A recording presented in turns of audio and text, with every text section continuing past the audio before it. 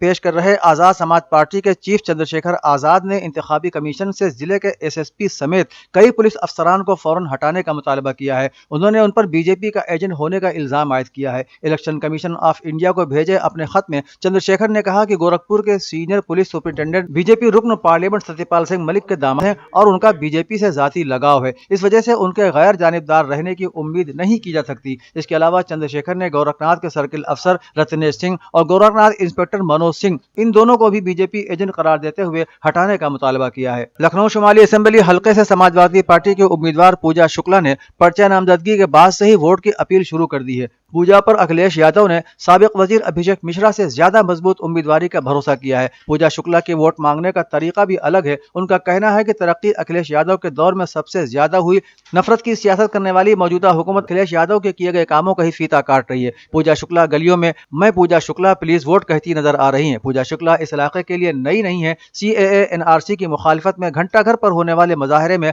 رات بھر وہ خواتین کے ساتھ بیٹھی رہیں اور جیل بھی گئیں، لیکن جیل سے آتے ہی پھر وہیں فعال جدوجہد کرتی نظر آئیں۔ پوجا کا کہنا ہے کہ ڈر کیسا، حق کی لڑائی میں ظلم برداشت کرنا پڑتا ہے۔ اودھنامہ میں شائع رپورٹ کے مطابق سابق ریاستی وزیر دھرم سینی کی ایک انتخابی ریلی میں عوام سے خطاب کرتے ہوئے سماجوادی قائد عمران مسعود نے یوگی کی گرمی نکال دینے والے جملے پر کہا کہ یہ دشمنی اور نفرت کا زہر ہے جو اندر سے باہر نکل رہا ہے۔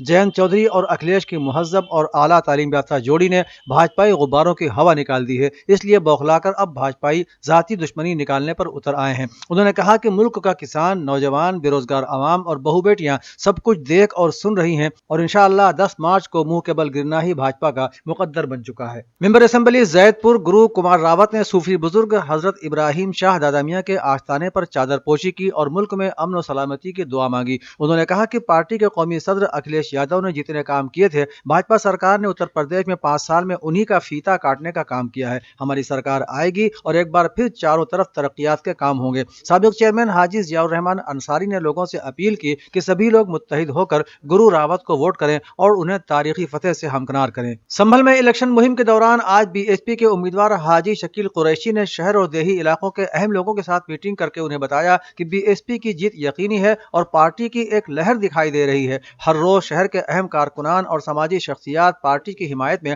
آواز بلند کر رہے ہیں۔ آج بھی کئی درجن لوگوں نے پارٹی کے لیے اپنی حمایت کا اعلان کیا ہے۔ حاجی شکیل نے کہا کہ شہر کے مختلف محلوں میں بھی بی ایس پی کے کارکنان نے پارٹی کے لیے مہم چلائی ہے، جس سے اندازہ لگایا جا سکتا ہے کہ ہر طرف مایاوتی جی کے لیے ایک لہر ہے۔ اس موقع پر بڑی تعداد میں پارٹی کے عہدیدار موجود رہے۔ مجلس اتحاد المسلمین کے کارکنان اور عہدیداران نے آج ایس ڈی ایم سنبھل کے توسط سے ایک مکتوب صدر جمہوریہ ہند کے نام ارسال کیا ہے، جس میں پارٹی کے قومی صدر اور ممبر پارلیمنٹ اسد الدین اویسی پر قاتلانہ حملے کی مذمت کرتے ہوئے شرپسند عناصر کے خلاف سخت کارروائی کا مطالبہ کیا گیا ہے۔ مشیر خان ترین کی قیادت میں ایک وفد نے آج ایس ڈی ایم سنبھل سے ملاقات کی اور کہا کہ اسد الدین اویسی محض مسلمانوں کے لیڈر نہیں ہے، بلکہ وہ ملک میں پسماندہ طبقات کی آواز کو بلند کر رہے ہیں، جس کی وجہ سے فرقہ پرست عناصر کے منصوبے ناکام ہو رہے ہیں۔ اس لیے صدر جمہوریہ ہند سے ہماری درخواست ہے کہ وہ پارٹی کے قائد پر گولی چلانے والوں کے خلاف سخت قدم اٹھانے کے احکامات جاری کریں اور ساتھ ہی اویسی کی حفاظت کے لیے معقول بندوبست بھی کیا جائے۔ مدحہ حمیرپور میں بھی مجلس کے قومی صدر اسد الدین اویسی پر ہونے والے قاتلانہ حملے کی مجلس کے عہدیداران اور عام مسلمانوں نے پرزور مخالفت کی اور صدر جمہوریہ کو مخاطب کرتے ہوئے بذریعہ نائب تحصیلدار ایک 5 نکاتی میمورنڈم سونپا۔ نائب تحصیلدار کو دیے میمورنڈم میں مطالبہ کیا گیا ہے کہ مجرموں اور سازش کرنے والوں کے خلاف این ایس اے کے تحت سخت کارروائی کرنے کے ساتھ ساتھ پارٹی سربراہ اویسی کی میٹنگوں میں پولیس فورس کے بہتر انتظامات بھی کیے جائیں۔ عہدیداروں نے کہا کہ ریاست میں پارٹی کی بڑھتی ہوئی مقبولیت سے مخالفین حیران اور پریشان ہیں، یہ حملہ اسی کی نشانی ہے۔ اودھنامہ کے جہانما صفحے پر شائع رپورٹ کے مطابق رہبر انقلاب اسلامی نے پیغمبر اسلام صلی اللہ علیہ وآلہ وسلم کے چچا اور سپاہ اسلام کے سردار حضرت حمزہ کو خراج عقیدت پیش کرتے ہوئے فرمایا کہ معرفت و شناخت کی قوت اور عزم محکم جناب حمزہ کی 2 ممتاز خصوصیات تھیں۔ حضرت حمزہ علیہ السلام کے لیے کانفرنس کا انعقاد کرنے والی کمیٹی کے اراکین سے خطاب کرتے ہوئے رہبر انقلاب اسلامی نے فرمایا کہ تاریخ اسلام میں جناب حمزہ کے ممتاز کردار، خاص طور پر مدینہ کی جانب ہجرت اور مشرکین کے ساتھ جنگ میں ان کی بہادری جیسے غیر معمولی کارناموں کے باوجود اس عظیم شخصیت کو اس طرح متعارف نہیں کرایا گیا جیسا کہ ان کا حق تھا۔ انہوں نے کہا کہ جناب حمزہ وعدہ الہی پر ثابت قدم سچے مومن کا اعلیٰ ترین مصداق ہیں۔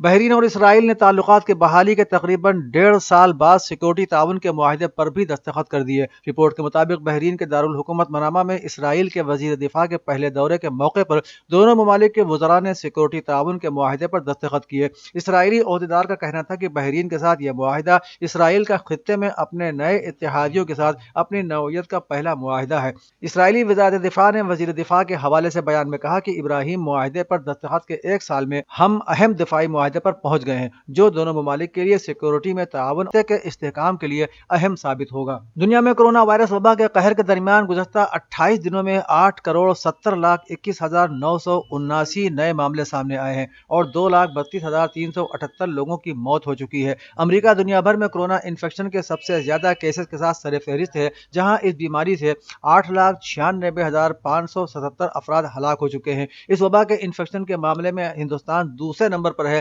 جہاں جمعے کی صبح تک گزشتہ 24 گھنٹوں میں کووڈ انفیکشن کے 1,49,349 نئے مریض سامنے آئے ہیں اور ہلاک ہونے والوں کی تعداد بڑھ کر 5,55,000 ہو گئی ہے۔ برطانیہ کے وزیر اعظم بورس جانسن کی پالیسی کے خلاف کابینہ کے مزید 3 عہدیدار بطور احتجاج مستعفی ہو گئے۔ فارس خبر رساں ایجنسی کی رپورٹ کے مطابق جمعرات کو مستعفی ہونے والوں میں برطانیہ کے وزیر اعظم بورس جانسن کی پالیسی چیف منیرہ مرزا، شمالی آئرلینڈ کے وزیر پاول گوئن اور برطانوی حکومت کے تعلقات عامہ کے ڈائریکٹر جیک ویویل شامل ہیں۔ واضح رہے کہ گزشتہ سال جب برطانیہ بھر میں لاک ڈاؤن نافذ تھا تو 10 ڈاؤننگ اسٹریٹ میں پارٹیاں منعقد کی جا رہی تھیں جن کو برطانوی میڈیا نے رواں ماہ بے نقاب کر دیا تھا۔ ایرانی وزیر خارجہ نے ایران اور سعودی عرب کو خطے اور عالم اسلام کے اہم ممالک قرار دیتے ہوئے کہا ہے کہ امید ہے کہ دونوں ممالک کے درمیان تعاون خطے اور عالم اسلام کی مدد کرے گا۔ یہ بات حسین امیر عبداللہیان نے جمعرات کے روز اسلامی تعاون تنظیم کے سیکریٹری جنرل حسین ابراہیم طٰہٰ سے فون پر کہی۔ انہوں نے کہا کہ اسلامی جمہوریہ ایران اور سعودی عرب